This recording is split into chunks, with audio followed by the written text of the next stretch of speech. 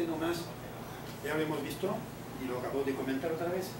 ¿Cuáles son las tareas de referencia de la integración máxima a partir de un soporte textual? ¿Okay? Soporte literario con un objetivo, con un doble objetivo a la vez de trabajo en lengua y de trabajo en cultura. ¿Qué es un documento? ¿Cuál es la definición de un documento auténtico? No tiene que dar la respuesta. ¿Qué es un documento auténtico? ¿Cuál es la definición didáctica de un documento auténtico? Es algo que no fue hecho para dar clases, es utilizado para el uso de las personas. Para mí no es esa la definición didáctica. Para mí la definición didáctica de un documento auténtico es un documento que el profesor ha escogido y va a utilizar en clase como representativo de la lengua y de la cultura extranjera. Es realmente representativo de la lengua extranjera, no es un problema didáctico, es un problema lingüístico, sociolingüístico. Es o no realmente representativo de la cultura extranjera, no es un problema didáctico, sino un problema sociológico o antropológico. Desde el punto didáctico, ¿okay? Un documento auténtico es un documento que el profesor introduce en clase como soporte de trabajo porque lo considera suficientemente representativo en cuanto a la lengua y a la cultura extranjera. Y por eso va a poder hacer estas dos actividades, ¿no? De extracción y movilización de conocimientos lingüísticos y culturales. Y otra vez, esas capacidades son las capacidades que necesita un adulto cuando quiere mantener a distancia un contacto con la lengua y cultura extranjera. Sí, se me ocurre que esa integración didáctica de la que habla corresponde bastante a los textos literarios. Los textos literarios son tan representativos totalmente. ¿Por qué se impuso la literatura y los relatos literarios? ¿Qué tipo de texto literario se impuso como soporte en la metodología activa? No la poesía, no los ensayos, sino, o sea, la novela, extractos de novela. Extractos de novela, porque está la narración y está la literatura. Textos narrativos y literarios.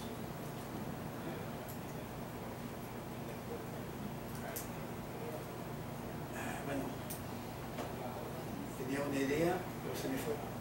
Eso pasa con las ideas geniales, ¿no? Que pasan tan rápido que no es que no la tengamos, es que no la captamos. La genialidad la pintan calva también.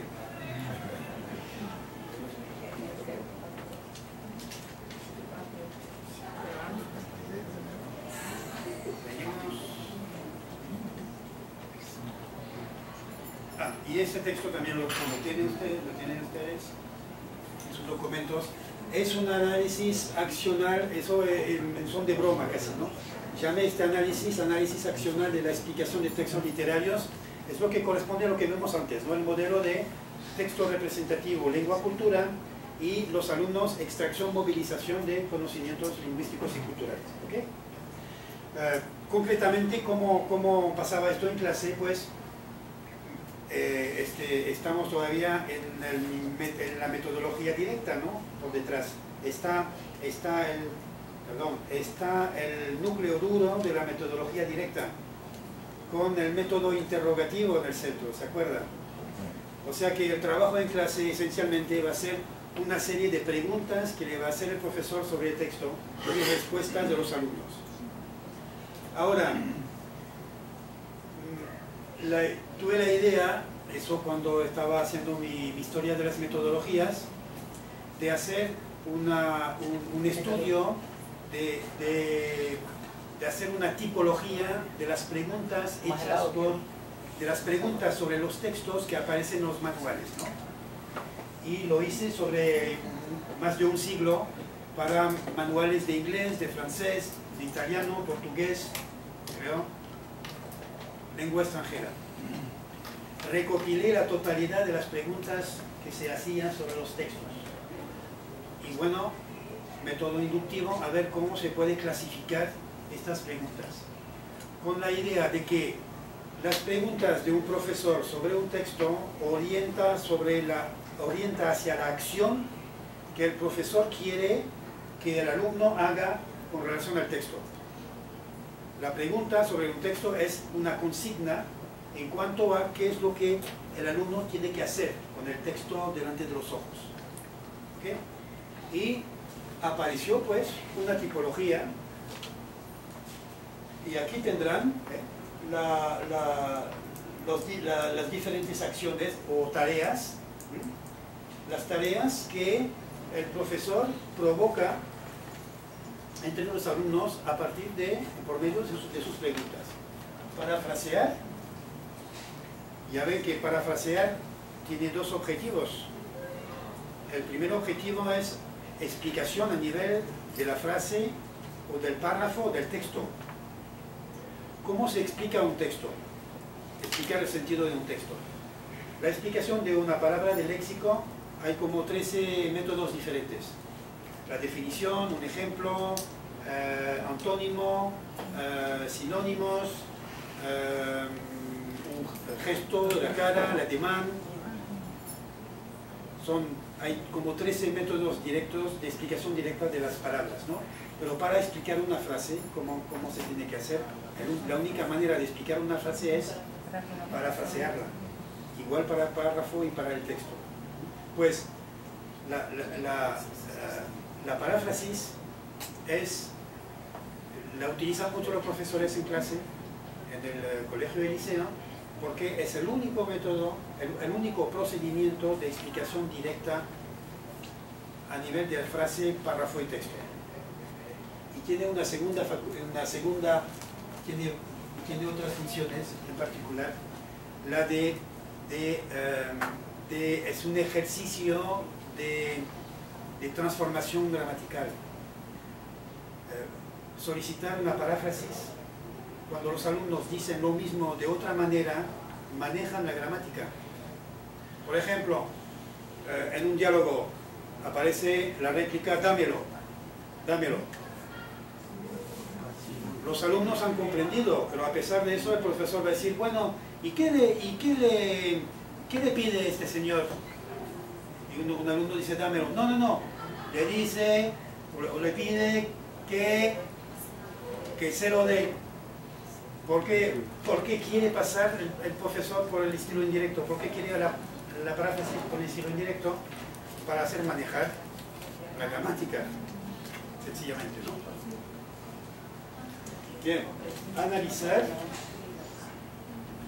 interpretar, extrapolar, reaccionar, transponer. Yo quería hacer una pregunta. ¿Sí?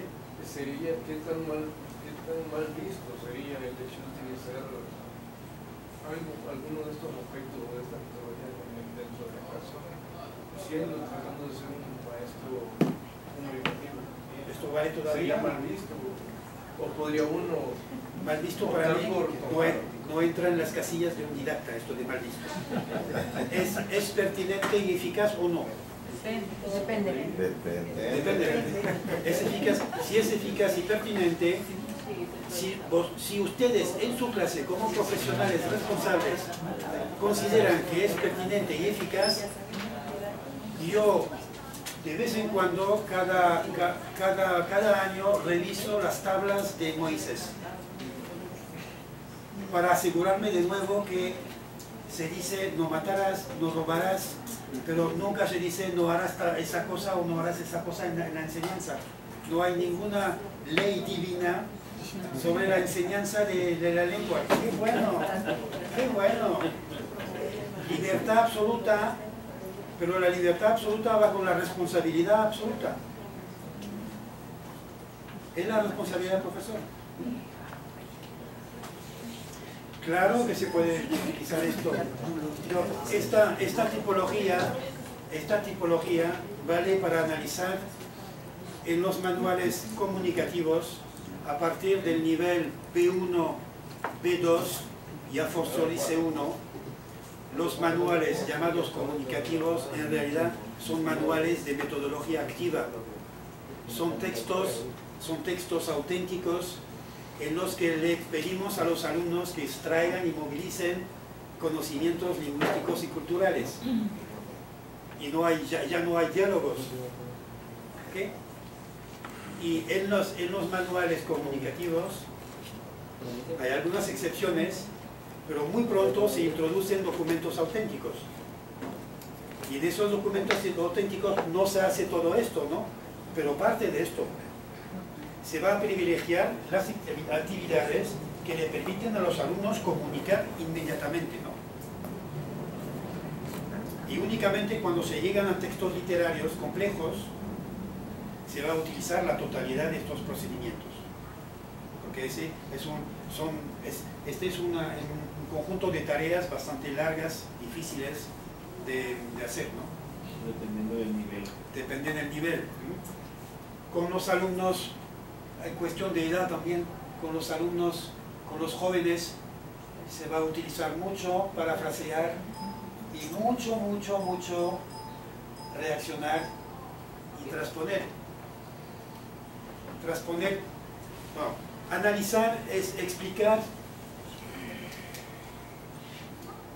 Analizar es explicar el texto en sí mismo. Por ejemplo, comprendemos que el personaje hace tal cosa porque le pasó tal cosa antes. ¿Ok?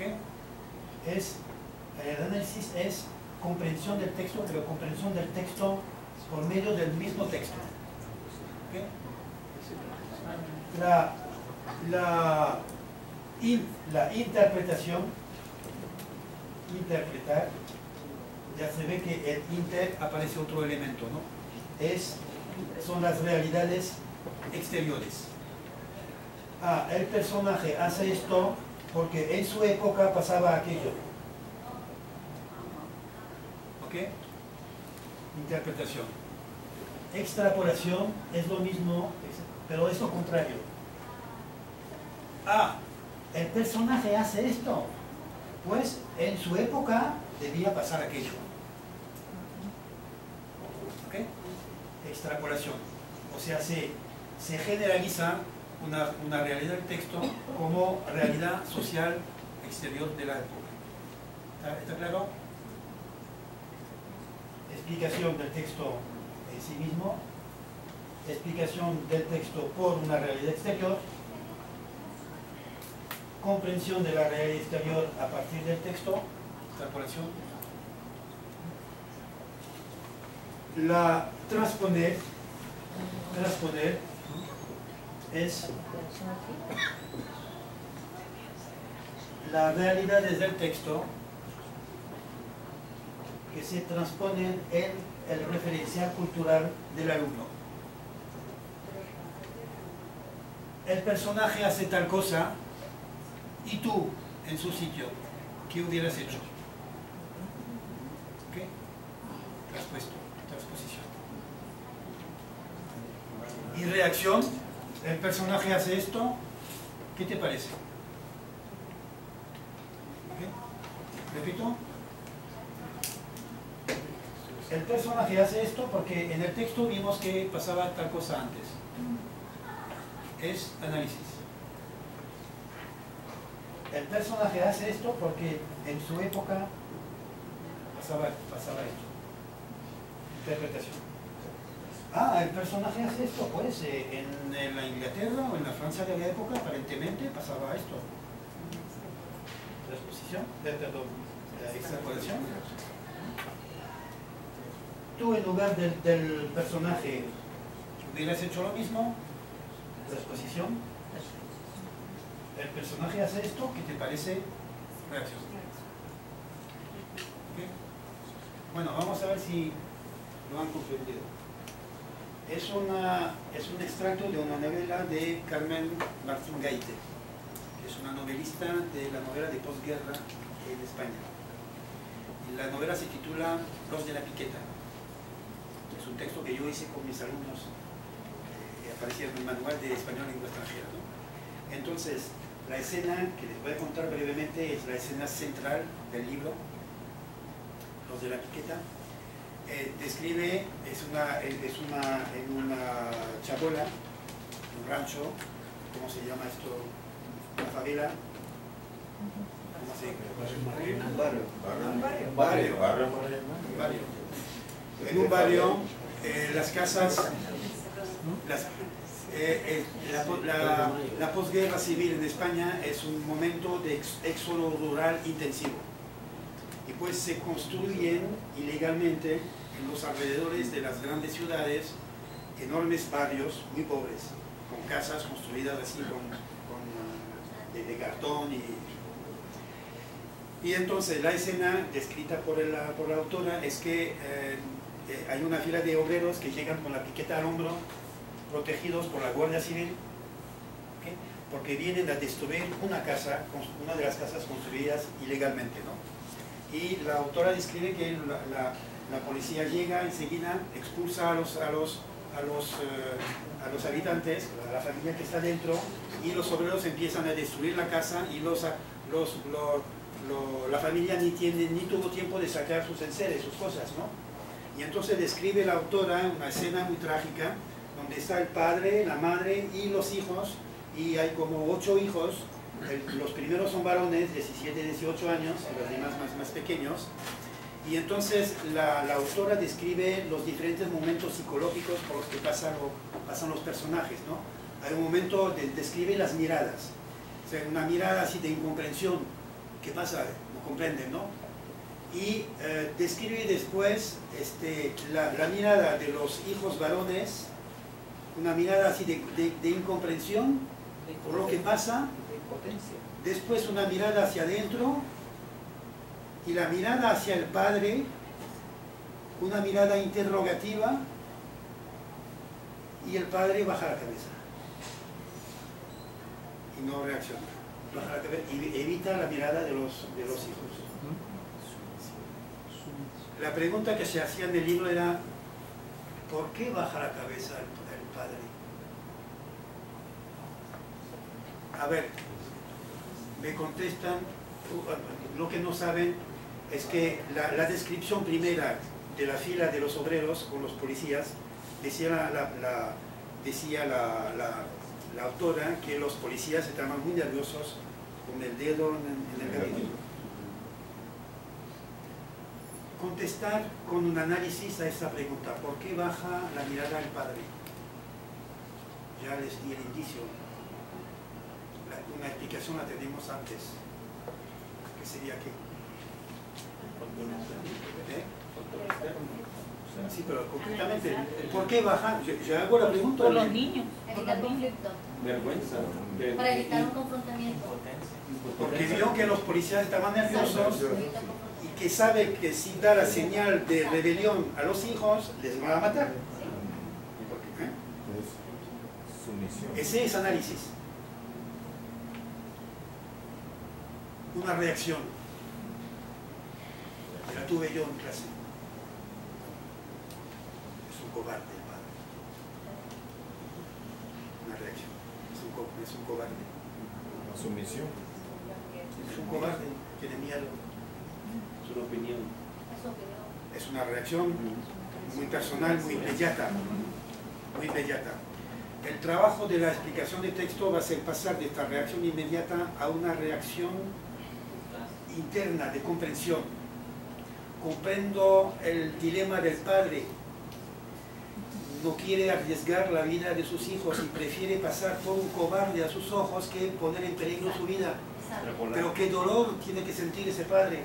Es una reacción también, ¿no? Reacción, ¿no? Pero ya ven la diferencia entre es un cobarde y lo que acabo de decir. Pero pasar de la primera reacción a la última es todo el trabajo, precisamente, de explicación del texto. ¿Okay?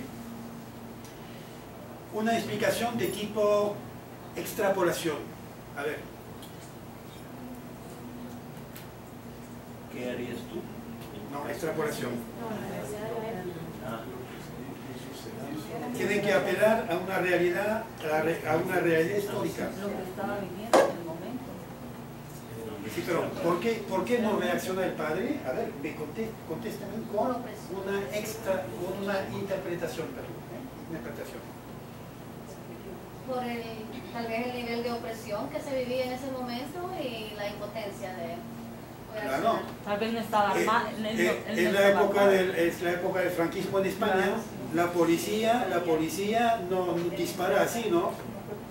Puede matar a cualquiera. El padre reacciona. Y por eso reacciona el padre.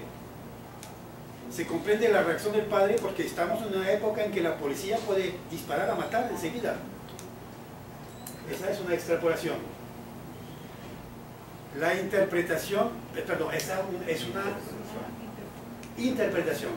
¿Qué sería la extrapolación correspondiente?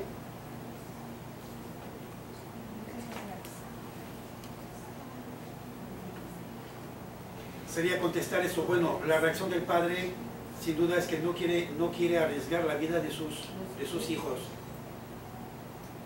Y si no quiere arriesgar la vida de sus hijos, es que los hijos arriesgarían la vida al rebelarse. O sea que en esa época la policía podía matar. Y ahí llegó a la extrapolación. Saco una realidad histórica de que la policía podía matar a partir del texto, ¿no? ¿Okay? Es el movimiento inverso, ¿no? ¿Qué es lo que falta? Transponer. Fácil, ¿no?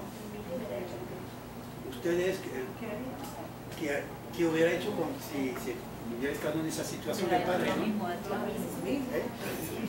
Es lo mismo que hizo el padre. Si queremos hacer una ¿Qué hubiera hecho? si no, entonces...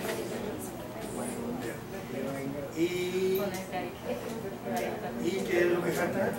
Ya está, ¿no? No, la reacción, ya vimos que puede haber reacciones inmediatas y puede haber reacciones muy pensadas, ¿no? Muy pensadas, entre el principio y el final. Parafrasear. Bueno, es que la pregunta ahí no, pero sería explicar una frase, por ejemplo,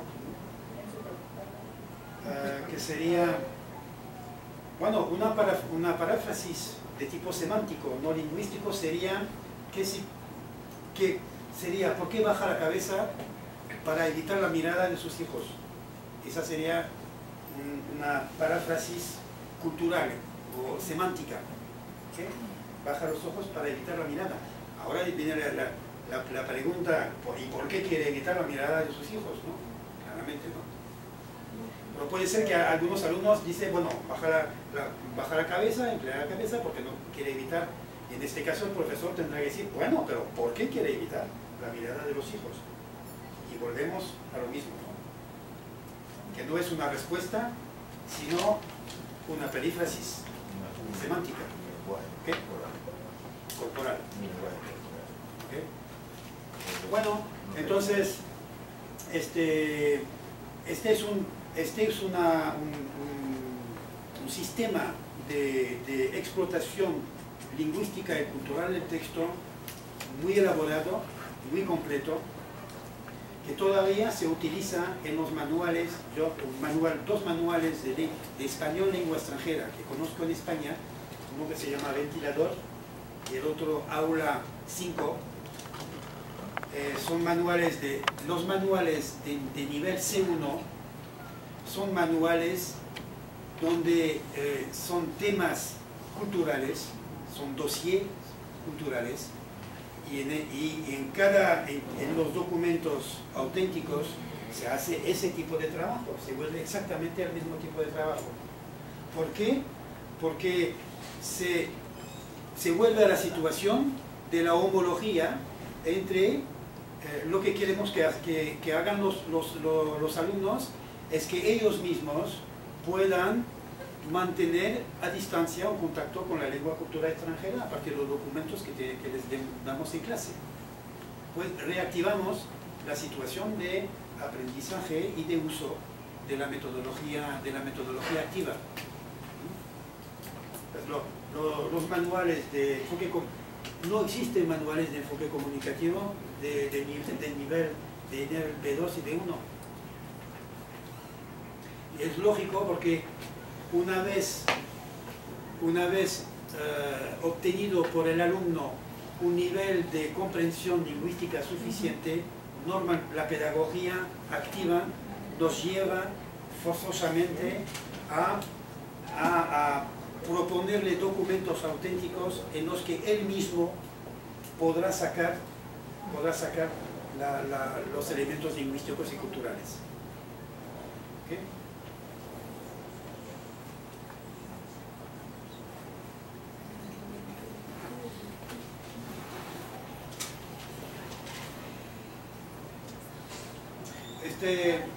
Lo que acabo de presentar también es una buena parilla de análisis de manuales de las tareas sobre los documentos auténticos, ¿no? Y en general les haría mucho bien a muchos autores conocer esta tipología, porque por lo visto la manera como organizan las tareas sobre los documentos auténticos es bastante despistada, ¿no? O sea que no tienen bien pensada qué tipo de preguntas o de consignas dan y por qué.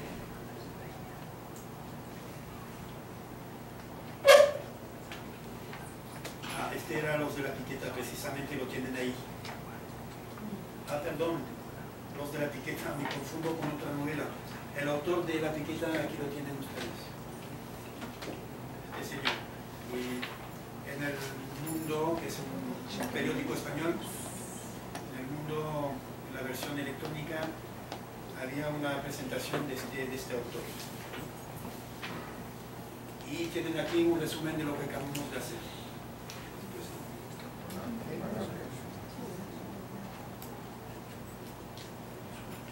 Bueno, sigo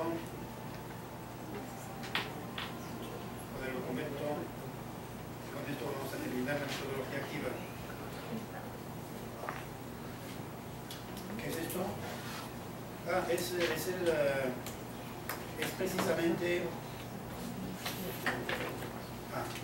es una versión moderna de esta tipología, tal como aparece en los manuales de anglosajonés y de español lengua extranjera.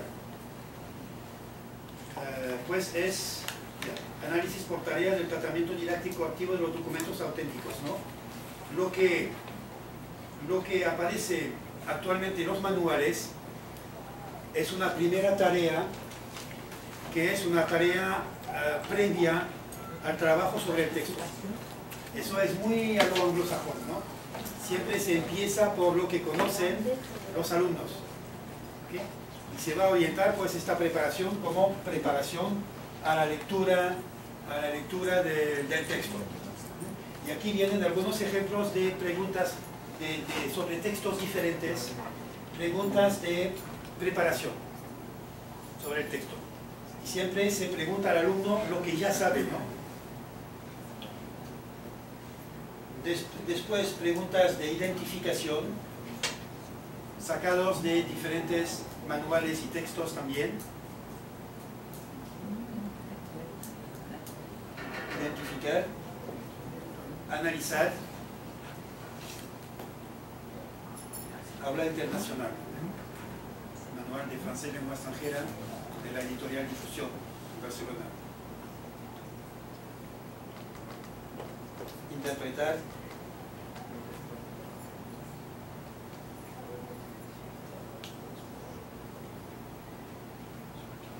se podría utilizar la inferencia, o en qué punto se podría sí, pero el problema de la inferencia es que es un término bastante amplio, porque inferir puede ser tanto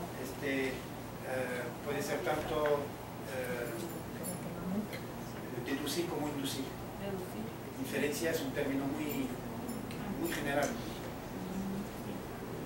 Es mejor utilizar el término exacto, ¿no? O sea, o bien inducir o deducir. ¿Y predecir? Predecir, sí. Predecir es en la preparación es una técnica clásica de preparación. Por ejemplo, vamos a leer un texto sacado de un periódico hondureño y se titula tal. ¿De qué puede hablar ese texto, no? ¿Método nomasiológico o semasiológico? Semasiológico. Damos el título y del título queremos que los alumnos induzcan el contenido semántico del texto. ¿Okay? Ese es un procedimiento clásico de, como se dice, poner los alumnos en una situación de lectura activa, ¿no? Porque ya